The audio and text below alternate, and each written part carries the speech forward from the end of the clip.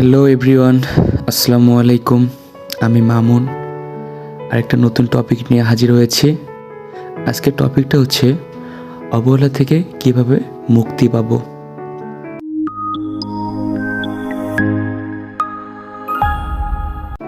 কিছু মানুষকে বোঝানোর ক্ষমতা আমাদের নেই, তাই নিজে থেকেই সরে আসাটাই বুদ্ধিমানের কাজ।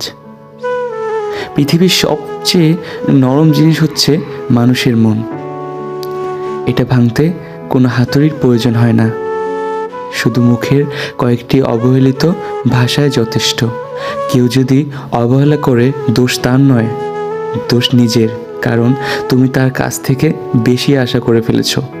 তুমি যদি গরিব হও, তোমার নিজের আত্মীয়রাও তোমায় দেখে এড়িয়ে যাবে, আর তুমি যদি ধনী হও, তাহলে তোমার দুঃসম্পর্কের আত্মীয়রাও রোজ দুবেলা করে তোমার খোঁজ নেবে। এটাই বাস্তব।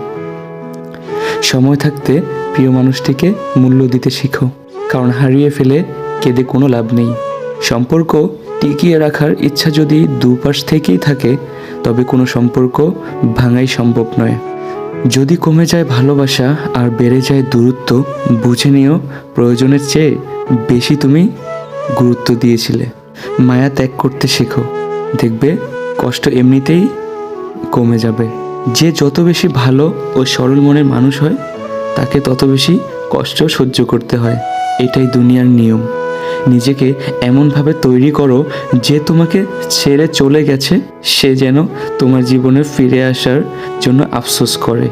জীবনে দুই ধরনের মানুষ থেকে দূরে থাকবে, এক ব্যস্ত মানুষ, আর দুই অহংকারী মানুষ।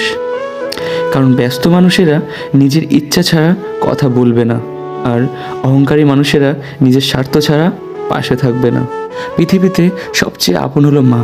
সো ফ্রেন্ডস, গুরুত্ব তাকেই দাও যে তোমার মূল্য বোঝে।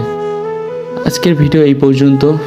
সো আজকের ভিডিও ভালো লাগলে লাইক, কমেন্ট, শেয়ার করবেন অবশ্যই, এবং আমার চ্যানেলটা সাবস্ক্রাইব করে বেল আইকনটি অন করে রাখবেন। ধন্যবাদ।